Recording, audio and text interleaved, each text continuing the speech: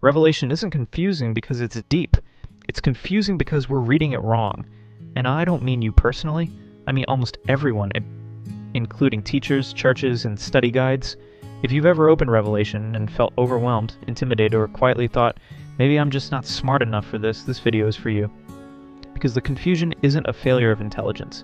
It's a mismatch between what the book is and what we expect it to be. So let's slow down. No timelines, no decoding symbols, just clarity. Now, most of the trouble with Revelation starts before we even read the first verse. We bring modern expectations into an ancient book. Today, when we read something difficult, we expect clear explanations, footnotes, bullet points. A logical step-by-step structure. Revelation does none of that. Because it wasn't written in a modern Western style. It was written nearly 2,000 years ago, in a completely different culture, for a completely different audience. Imagine opening someone else's mail, written in another language, during a crisis, full of symbols they understand, and then assuming it's confusing because you're bad at reading. That's what happens with Revelation. The problem isn't that the book is impossible. The problem is that we expect it to behave like something it was never meant to be. Let's start at the very first word, revelation. That word does not mean mystery. It does not mean hidden puzzle. It does not mean secret code for future Christians to crack. The word literally means unveiling or revealing.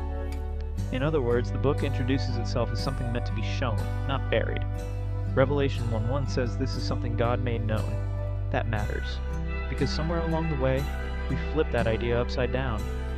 We turned Revelation into the most confusing book in the Bible, when it presents itself as a revealing one. So if it feels impossible, that's already a clue.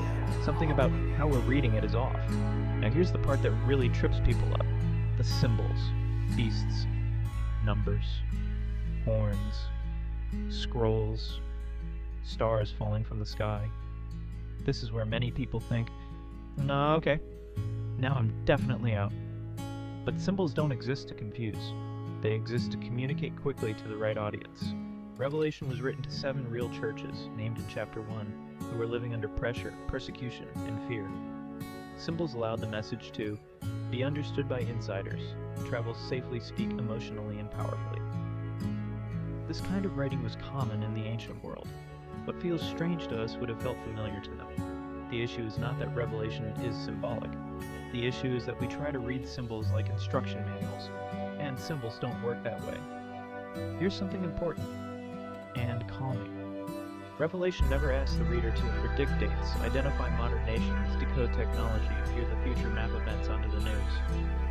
That entire approach comes from outside the text. Instead, the book does things like encourage endurance, reassure suffering believers, show that evil does not have the final word. When Revelation creates confusion, it's usually because we've asked it questions and never agreed to answer. And when we demand certainty where the text offers none, frustration is guaranteed. So what does clarity look like with Revelation? It doesn't mean everything suddenly makes sense. Clarity means knowing what kind of book you're reading, knowing who it was written to, knowing what it can say, and what it cannot say. Clarity means reading slowly, holding conclusions loosely, and letting the text set its own limits. You don't need to decode Revelation to read it faithfully. You need patience, not expertise. If Revelation has ever made you feel anxious, confused, or unqualified, that's not a spiritual failure. It's a sign that the book has been handled loudly instead of carefully.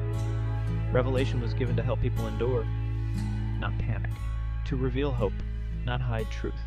And if the Bible ever feels intimidating, that's not a reason to walk away. It's an invitation to slow down. Because clarity doesn't come from rushing ahead. It comes from reading with beginner eyes and letting the text speak for itself.